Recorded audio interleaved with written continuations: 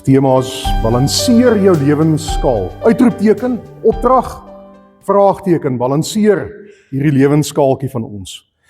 Paulus sê dan vir die Efesiërs, vir ons ook vanoggend, leef dan as mense van die lig. Uit die lig kom alles voort wat goed is en reg is en waar is. Vra julle voortdurend af of iets vir die Here aanneemlik is.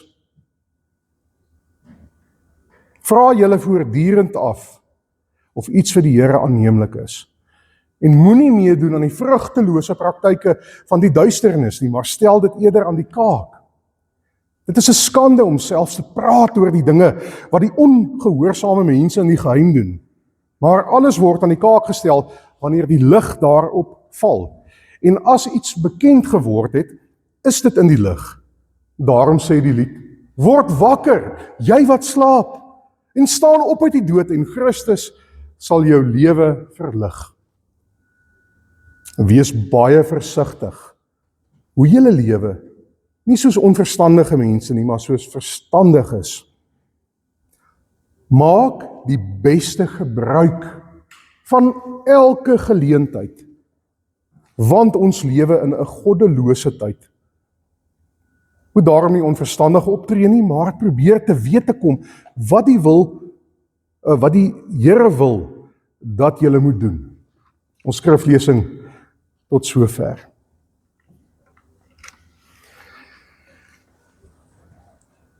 By verre die meeste van ons, vanoggend hierso, van die volwassenes nou, is paas en maas, of was paas en maas. En ken die dinamika van 'n huisgesin. En wat is die een sinnetjie wat in die oggende met opstaantyd die meeste gesê word? Maak gou, maak klaar. Ons moet skool toe gaan. Trek aan.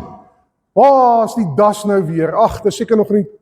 Het jy alweer jou das in die was gegooi? Klim in die kar, ons gaan laat wees. Dis ek wil nou nie. Julle weet as julle misdadigers is, ek kry baie kalm in die oggend. En so nie, ek kry maar flikkerlig bestaan nie. Die stopstrate is 'n opsie, dis relatief. Dis die taksies en die ek wil amper sê Fortuner mamas, maar kom ons los wat daai ene. Ons is haastig skool toe. Dan moet die kinders afgelaai. Maak gou. Dis amper die boodskap wat ons kinders feitelik daagliks skryf, van die oomblik dat hulle oë oopmaak, tot hulle ou koppies gaan neerlê in die aand. Spoed en vinnig maak is nodig. Ons het die internet. Ons het selfone met die internet daarop. Hoe wonderlik is dit nie? Onthou julle die ou fone wat jy so nog met as jy met 'n SMS stik, dan duim het gewerk. Deesdae het sommer 'n keyboard en ons gebruik dit nogal gereeld en ons dis fantasties, maar dit is om vinnige toegang te hê tot inligting. Dit moet vinnig wees. Statistiek wys dat ek wil nie eers die syfer noem nie, dit is nogal skokkend, maar bitter min families, gesinne eet nog aan tafel saam. Maar dit wys ook dat die saam eet en die saam tyd spandeer, net 20 minute, 'n halfuur elke dag, bou die gesin, die kind, geweldig op. Dit bou bande. Maar nou dink by jouself, en ek weet ek preek vir myself, ook vanoggend, dink die Bybel het vir almal van ons 'n duidelike boodskap. Hoeveel keer moet daar vinnig geëet word? Hoeveel keer word kos gegryp sonder om eers net 'n sekonde die oë toe te maak en sê, dankie liewe Jesus, dankie liewe Heer, vir die kos op my tafel, op ons tafel. En daarvan dan die fast food, kitskos, KFC, McDonald's, kos moet vinnig gemaak word, vinnig geëet word, vinnig afgelewer word. Ons is eenvoudig in 'n fast forward, wat is Afrikaans vir 'n mode, ingesteldheid. Alles moet vinnig gebeur. Soos hamsters op wielietjies hardloop ons. En ons weet nie self die lekker waarheen ons op pad is nie, maar dit moet vinnig gebeur. Want tyd is min. En ons leer ons kinders ook so. En daarom is een van ons grootste worstelinge om hiermee rekenskap te gee, om ons tyd verantwoordelik te gebruik. Eintlik alles wat die Here vir ons gegee het, ons lewens verantwoordelik te gebruik. En so ek sê, die platteland is nie verkwyt geskel daarvan nie. In die stad gaan dit nog baie erger. Maar nou een van die grootste ander worstelinge waarmee ons as mense sit, is omdat ons postmoderne mense hierdie mentaliteit het, begin ons dit van toepassing maak op ons geloof en in ons verhouding met die Here. Here, ek bid en ek vra op u tyd, laat u wil geskied soos wat u wil. Maar eintlik in my binneste sê ek, Here, maak tog net vinnig. Gee gou vir my uitkoms, gee gou vir my 'n antwoord. Want dis waar ons gewoond is. En die Here se tyd is nie ons tyd nie. Dit mag vir jou voel, hy vat lank met iets. Maar hy is God en hy weet die beste. So as ons bid, Here, laat u wil geskied, laat regtig wees met die soeke, dat sy wil sal geskied. En nou kla ons daaroor. En ons murmureer oor die min tyd wat ons het en al die dinge wat moet gebeur. En die kinders is so verskriklik besig, daar's net nie 'n tyd vir amper niks nie. Maar wat doen ons daaraan? Kla ons, maar ons doen iets daaraan. En wanneer daar het u werklik daadwerklik iets aan gedoen om u lewe, jou lewe te laat balanseer, want dit is wat Paulus, as ek reg lees hierso sê, daar moet ewewig wees in ons lewens, daar moet 'n tipe van 'n skaal wees waarin ons die goed weeg, wat belangrik is en wat minder belangrik is.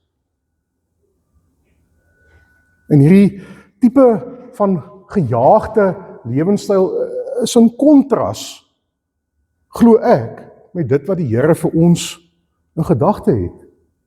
Want Paulus praat van, hy sê, julle is kinders van die lig. En daar kan nie duisternis in die lig wees nie. Die twee goed kan net nie saam bestaan nie. Sien, daar is 'n sekere lewenswyse wat die lig wys en openbaar. Mense kyk na so 'n persoon en sê, maar die mense het lig, hulle het tyd vir mense rondom hulle. Hulle het 'n ongejaagde, rustige, kalm persoonlikheid, wat iets sê van hulle verhouding met God. Hulle het ander waardes. Hulle lewens word eenvoudig anders ingerig. Vers 9. 'n lewenstyl wat gebou is op dit wat goed en reg en waar is. Is dit wat ek doen goed? Is dit reg? Is dit waar? Dis 'n lewenstyl waar ons nie meedoen aan vrugtelose praktyke nie, vers 11. Dis 'n mooi woord met useless. Wat hou ek myself mee besig vir al die goed? Wat is eintlik useless? Dit bou nie aan my lewe nie, dit bou nie aan die mense se lewe rondom my nie. Vers 16. 'n lewenstyl waarin ons die beste gebruik maak van elke geleentheid. Waar ek oomblikke uitsoek, of in die tyd waarin ek nou is, gebruik maak daarvan, ek benut dit tot die beste van my vermoë. In 'n lewenstyl waarin ons, vers 17, elke ding probeer te weet te kom. Wat is die Here se wil? Here, wat wil u nou hê moet ek in hierdie omstandighede doen? Ek skryf môre 'n groot toets. Op watter manier gaan ek my tyd toepas? Ek het 'n werksonderhoud wat vir my voorlê. Here, wat wil u hê moet ek daarin doen? Ek het onsekerheid oor die dag van môre, synde dit my gesondheid of my finansies is, of die mense rondom my. Here, ek weet nie lekker nie, maar ek bid dat u vir my sal wys en my sal openbaar wat u wil is. En as u vir my wys, dan doen ek dit. Voortdurend afvra, vers 10. Of iets vir die Here aanneemlik is. En ons moet toets. Ons aan toets alle dinge. Hoe toets ons? Wanneer laas het ons getoets? Wanneer laas het jy die bestekopname gemaak van die dinge in jou lewe waarmee jy besig is en dit getoets aan hierdie, net daai paar korte versies in Efesiërs 5, wat die Here vir ons leer. Toets gedurig. Vra julle gedurig af of iets vir die Here aanneemlik is. Maar ons sal nie daarby uitkom nie, totdat ons gesondheid daaronder ly en ons in die hospitaal dalk beland, voor ons herbesin, maar die goed waarmee ek myself nou so besig hou, is dit werklik wat die Here wil hê. So daar's twee beginsels, geliefdes. Die skaal moet balanseer, dis 'n ding van balans. Ons moet gedurig evalueer. Wat is belangrik en wat is dalk nie so belangrik nie. Maar ons wil wys ons is sterk. Ek kan hierdie dinge hanteer, ek kan cope, want ek is 'n bekwame mens en ek wil vir mense rondom my dit wys ook, maar ons almal is mense. Ons almal het ons beperkings, ons grense. En ons wil almal tevrede hou rondom ons en ons skuil agter die verskoning van ek sukkel om nee te sê vir sommige goed. En wat gebeur met ons skaal? Hy maak so. En as ons ongebalanseerd met al die gevolge. Die skaal moet balanseer. Die tweede beginsel, toets wat jy opsit. Is dit wat ek bylas by my lewe? Die volgende verantwoordelikheid werklik die moeite werd? Gaan dit tot my voordeel wees en die mense rondom my? Is dit in God se wil? Dan kan ek maar dit oplaai. Maar onthou, soos 'n skaal werk, as ek iets oplaai, moet ek iets aflaai, maar dikwels aan die ander kant. Wat is die goed wat my nog terughou? Wat is die goed wat ek voor my siel weet en voor die Here weet, ek dalk moet minder maak, of heeltemal van afsien? Kinders van die Here is uiters kieskeurig met hulle tyd. En baie kieskeurig, selektief, waar hulle betrokke raak.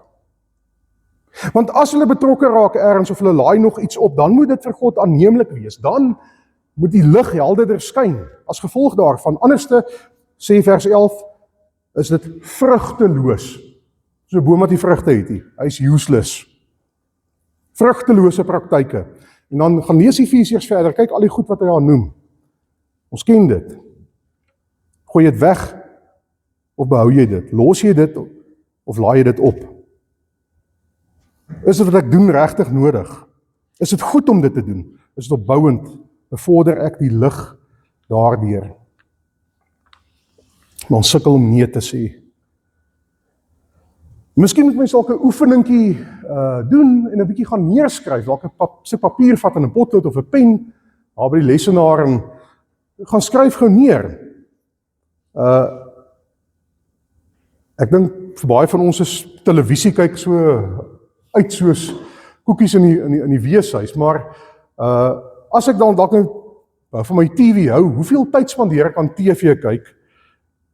Of ek is by die huis, maar ek sit die TV aan en my kindertjies is daar rondom my en hulle smag na pappa of mamma se aandag, maar ek is net te moeg na die lang dag en ek kyk liewer my storie. En dalk kan ek sommer die Netflix of wat kos Netflix deesdae, sal oor die R400 dink ek jok ek, of 300. Wat daarvan om dit af te sit en gooi dalk sommer daai maand, daai geld in die kerk se bordjie. En kom 'n bietjie los van die goed, of DStv, wat, dis sal ons, ek dink R1000 plus.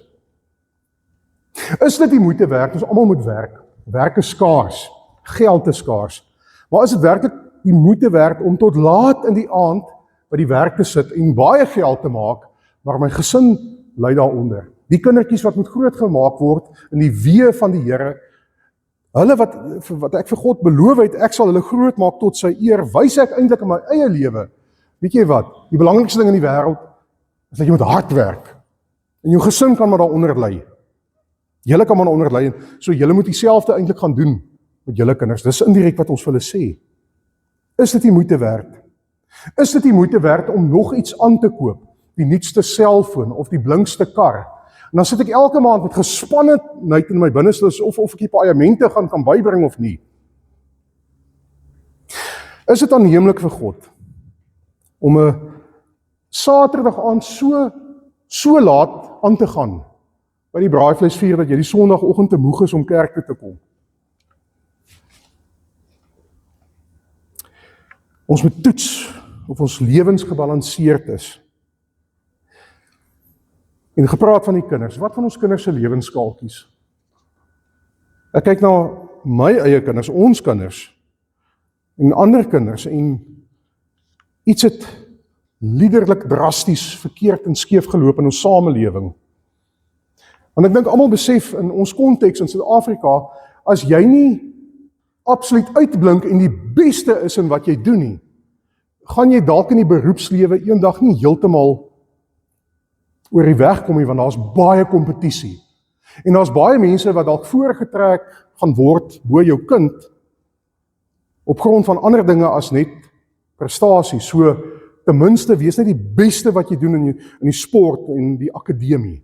En daarvoor sal ons ure en ure in ekstra klas op ekstra klas, soveel so dat die kinders is die oggend by die voordeur uit en vanaand kom hulle terug moeg en dan is nog huiswerk en so gaan dit van dag tot dag tot dag. Soveel so, ek dink terug aan die dae, julle sal weet wat ons nog, en dis nie so lank terug nie, wat ons nog iets soos kinderkraans gehad het, daar was nog tyd vir kinderkraans by die kerk op 'n Woensdag.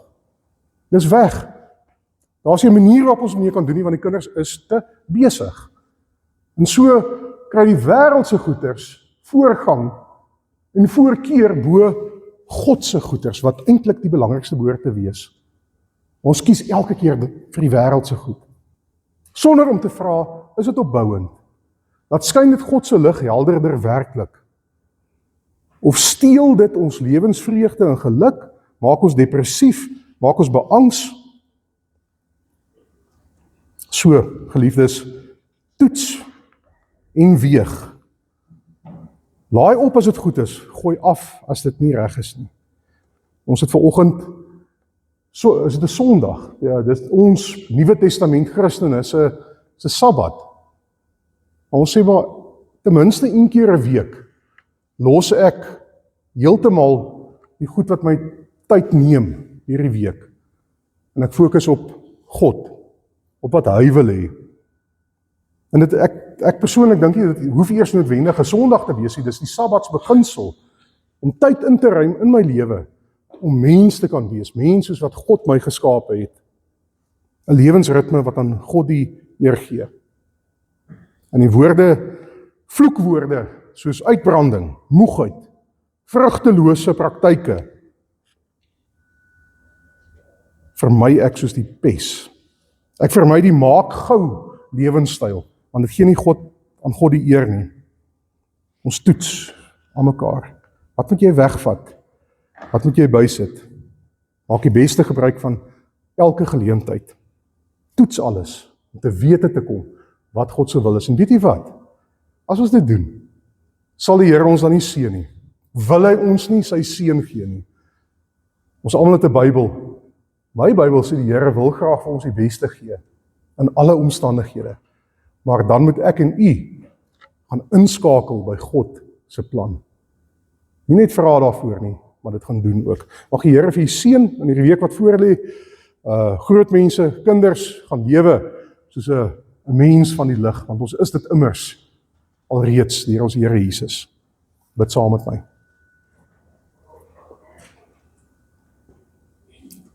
Hemelse Vader, ons wil ook soos daai lied aan die begin kom sê, ons staan voor u gebroke.